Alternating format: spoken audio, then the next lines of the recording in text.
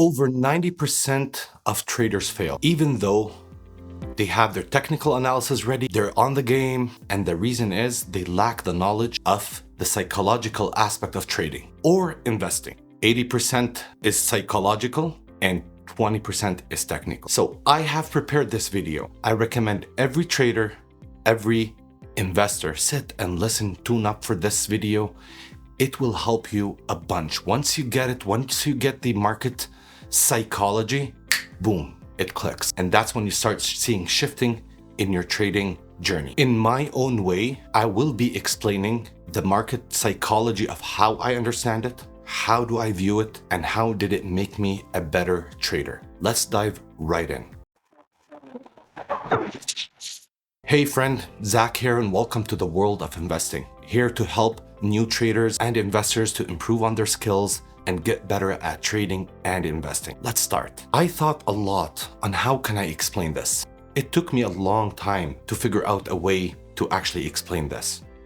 I want you to sit back and watch this battle story between two kingdoms. Imagine a world ruled by two mighty kingdoms, the kingdom of fear and the kingdom of greed. These kingdoms are locked in an eternal battle, with each side wielding unique power and strategies. In the kingdom of fear, the bear army dominates. They fight fiercely, driven by fear. Their greatest weapon, selling shares. With every attack, they aim to push prices lower and dominate the battlefield. Meanwhile, the kingdom of greed has two armies, the bull's army and the short's army. Both fight out of greed, but in very different ways. The bull's army charges forward using their ultimate weapon, buying shares. Their goal is to push the prices higher, claiming victories on the battlefield. The short's army, however, is more treacherous. They start by betraying the bulls and siding with the bears, helping to push the prices down. But the shorts are cursed. Whenever they try to retreat from the battle, they're forced to buy shares, a move that ironically strengthens the bulls. Now, on the battlefield, both sides build walls as they fight. The bulls create support walls, fortresses that help them defend their position against the bears. The bears construct resistance walls, barriers designed to halt the bulls' advances. These walls vary in sizes and strength. Some are flimsy and easily broken, while others hold firm under immense pressure. The battles rage on. If the bulls gather enough buying power, they break through the resistance walls, turning them into new support walls. With each victory, they claim more ground and push forward to the next battle. But here's where the curse of the shorts comes into play. When the bulls gain momentum, the shorts panic and try to exit. This triggers a short squeeze, where the shorts are forced to buy shares. This wave of buying crushes the bears further and propels the bulls forward at an even faster pace. On the other hand, if the bears muster greater selling pressure, they tear down the bulls' support walls, claiming them as new resistance walls. With each victory, the bears push the bulls back, tightening their grip on the battlefield. These battles repeat endlessly. Pressure against pressure, attack against defense, across the entire kingdom. Over time, the history of these battles is written down. This story is told in vivid details through something called charts. The candlesticks shows the energy and movement of each skirmish. The price action reveals who is winning and losing in real time. Indicators act as ancient scrolls, helping us decode the rhythm of the ongoing war. Every battle, every broken wall, every rally, every collapse leaves a mark on the chart. These stories give traders insight into who has the upper hand, the fearful bears or the greedy bulls. The market isn't just number and graphs. It's a living, breathing battlefield of emotions, strategy, and stories. And once you learn to read the tail of the charts, you can uncover the secrets of the war and plan your moves wisely. And that's when the technical analysis comes in. And that's just a general overview of the market psychology. Now let's go to the charts and have some examples and get them explained. So we're just starting off with a blank chart. This blank chart, what you need to know about the chart is that what's on the right here is the prices. That actual vertical line on the right. It goes from low all the way to the high prices. On the bottom, the horizontal here on the bottom, it's actually the dates. It can go each month by month down here. When you see the AMG, it's April, May, June, July, August, September. And if you go you scroll down with your mouse and zoom it in, it starts breaking it up and gives you exact time. You can actually break it up even more and more and more. It gives you actually exact minutes. Yeah, that's what we use it for. But if you want to view the battlefield, the chart in different time frames, okay, so you can choose on the top left here, you can choose if you want it in 1 minute, 3 minute, 5 minute, 15. You can choose any time frame that you want. You can choose from this drop down menu. Okay, I can choose, for example, monthly. It'll add it right up here. And as you actually change those, that you can see the bottom here actually starts changing to a wider dates. If I put it hourly, it gives me back all the dates that I wanted. So just giving you an example, let's say AMD. Okay, here's an AMD chart. I'm just gonna scroll with my mouse to zoom out so it gives me more data. Actually, let me go back a little bit. Let me take it 15 daily. Let me go by daily, actually. Yeah, that gives me a better. So look here, just a quick example, just a quick overview. When the bulls are taking over, they keep pushing the prices up,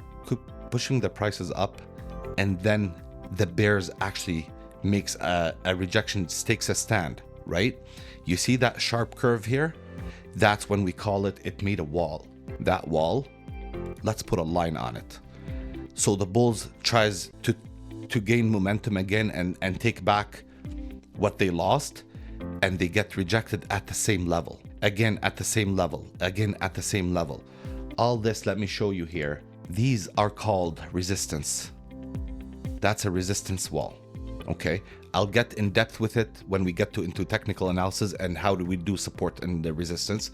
But just for the sake of this video, the psychology behind it, where it's a level, it's getting the price rejected from. They actually at one point, they managed to break that wall and they go up, then it gets rejected from the bears at a certain level. So this, you see this level, remember, it's not a precise price. It's a certain level.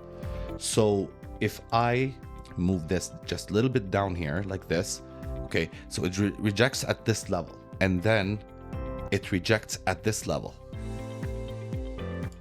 and then it rejects at this level. When they finally manage to break that level, it pulls back and it finds support at this level. You see how clear that is? And then you go all the way up, they push up, and then they get another rejection. That rejection, let me draw a line on that rejection. Okay, you see it's a sharp V, upside down V, or it's a sharp rejection. That's where it creates another level. And it's a level, it's not a certain price, it's not an exact price. Remember that. And then when it rejects, it bounces off of this level and it goes all the way and breaks up that level. If I zoom closely, you see how it broke above and then it held back at that level. So when it broke that resistance level, it became support, and then it took off. And then here's another rejection. So I'm just gonna draw a line here at this certain level. Now the bears managed to reject from here, The bulls tries to take over again, it does not work, and it goes all the way back. Look at this level, support level that it was done, so it rejects off of it. Let me clear the chart so I don't mess it up too much. So it goes back up, and it gets support from the same level. Again, it goes down, okay, and starts the prices. Sometimes it does the levels does not hold, and I don't consider anything that held here. It goes up and down, up and down. Overall, the bears are dominating in that case. I managed to get a very good trade off of this level and all the way up here. You can go back and watch it. I have a good recap for it.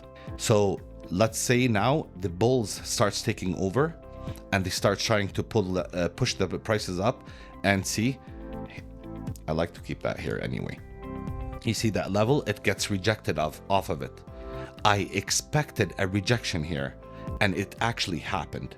It's based on previous market data.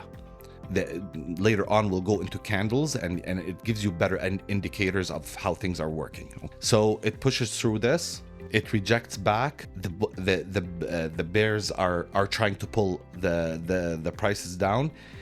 The bulls actually managed to hold that level. Again, it holds a good level. It holds it again, and it pushes back up. It breaks that resistance level, it pulls back to it, it holds, and boom. The bulls actually dominate in that move. You see that line that we drew here? It breaks through it, and it pulls back to make it as support. It was a resistance, it became a support. When it pulled back here, it made another resistance area, and the bulls actually dominate here, and they actually break that resistance area. And on the pull down, you see how the prices play on that area, then pulls down, and then it becomes resistance. As you can see right here, this is a resistance area, and I'm probably gonna use this. You see here, it became a resistance area, and then it breaks up and it becomes support, and it bounces upwards with the bulls trying to push it. This stays a resistance.